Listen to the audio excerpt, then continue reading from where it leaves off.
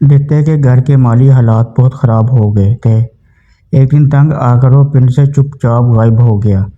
پنڈ سے نکل کر وہ دور دراز کے پنڈ میں ایک مدرسہ جا پہنچا۔ مدرسے کے مولوی صاحب سے اس نے کہا کہ وہ قرآن پاک حفظ کرنا چاہتا ہے۔ انگوٹھا چھاپ دتے نے مولوی صاحب کی کچھ اس طرح منت سماجت کی کہ مولوی صاحب کا دل پسیج ہو گیا۔ انہوں نے دتے کو قرآن پاک حفظ کروانا شروع کر دیا۔ دن رات محنت کر کے دتے نے 1 سال میں قرآن پاک حفظ کر لیا۔ قرآن پاک حفظ کرنے کے بعد دتا اسی طرح خاموشی سے اپنے پنڈ واپس آ گیا۔ پنڈ کے لوگوں نے نہ اس کے غائب ہونے کا نوٹس لیا تھا اور نہ ہی واپس آنے کا۔ کسی نے نوٹس نہیں لیا کہ یہ پنڈ سے کہاں گیا، کب واپس آیا۔ دتا ساری دن خاموشی سے پنڈ میں مٹر گشت کرتا رہتا۔ 6 ماہ گزرنے کے بعد ایک دن وہ پنڈ کی مسجد کے مینار پر چڑھ گیا۔ اس زمانے میں لاؤڈ سپیکر نہ ہونے کی وجہ سے لوگ مسجد کے مینار پر چڑھ کر اعلان یا اذان دیا کرتے تھے۔ دتے نے مینار پر چڑھ کر بلند آواز میں لوگوں کو بتایا کہ پچھلی رات جب میں سو رہا تھا تو خواب میں آ کر ایک فرشتے نے مجھے سینے سے لگایا۔ سینے سے لگاتے ہی مجھے قرآن پاک حفظ ہو گیا۔ لوگوں، یہ بہت بڑی کرامت ہے جو میرے ساتھ ہو گئی ہے۔ ان پڑھ دتے کے منہ سے یہ دعویٰ سن کر پنڈ والے ششدر ہو کر رہ گئے۔ مسجد کے مولوی صاحب بھی اعلان سن کر گھر سے باہر نکل آئے۔ پنڈ والے سب کے سب بھی چودھری سمیت مسجد کے گرد جمع ہو گئے۔ پنڈ کا چودھری حقے کا کش لگا کر بولا، اوئے دتے، تیرے پاس کیا ثبوت ہے اپنے دعوے کا؟ دتا بولا، چودھری جی، مجھ سے پورا قرآن پاک سن لو۔ اس کے ساتھ ہی اس نے بلند آواز میں قرأت شروع کر دی۔ پنڈ والے دتے کی قرآن پاک کی روحانی دیکھ کر ہکا بکا رہ گئے۔ ادھر دتا آنکھیں بند کیے تلاوت میں مشغول تھا۔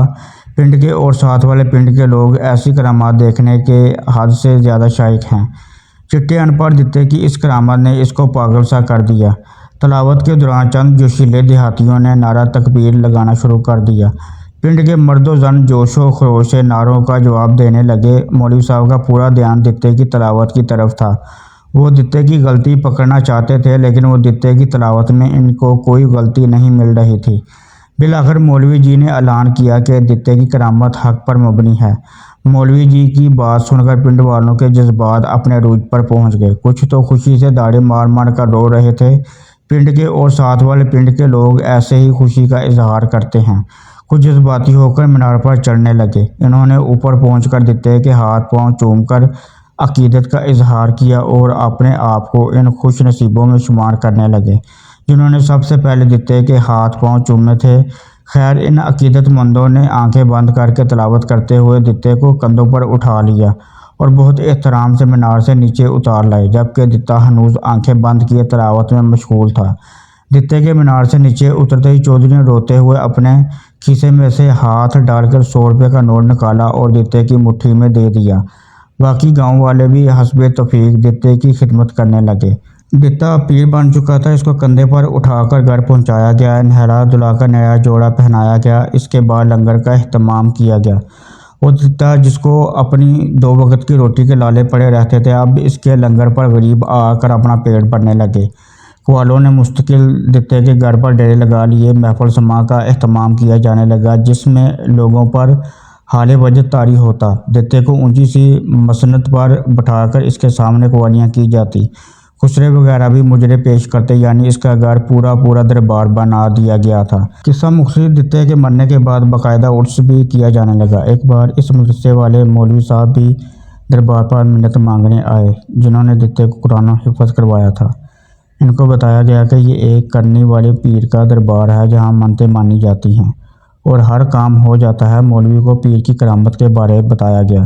مزار پر لگی فوٹو دیکھ کر بوڑھے مولوی جی کو اپنے شاگرد یاد آ گیا۔ ساری کہانی سمجھ کر مولوی نے مریدوں کو اصل کہانی بتانے کی کوشش کی، مگر مریدوں نے مولوی کی ٹھکائی شروع کر دی۔ وہ دتا پیر جی کے خلاف ایک لفظ بھی سننے پر تیار نہ تھے۔ بمشکل مولوی جان بچا کے بھاگے اور پھر دوبارہ دربار کے قریب بھی جانے کی انہوں نے کوشش نہ کی۔ اس ساری کہانی میں ایک سبق موجود ہے کہ دتا آج بھی مختلف نام، مختلف انداز، مختلف کرداروں کی شکل میں ہمارے سماجی نظام کا اثاثہ ہے اور کوئی بھی اس شخصیت پرستی سے نکلنا بھی نہیں چاہتا، اس کے سحر میں مبتلا ہے یا کوئی مجبوری ہے، مگر دھرتی پہ دتا راج ہے۔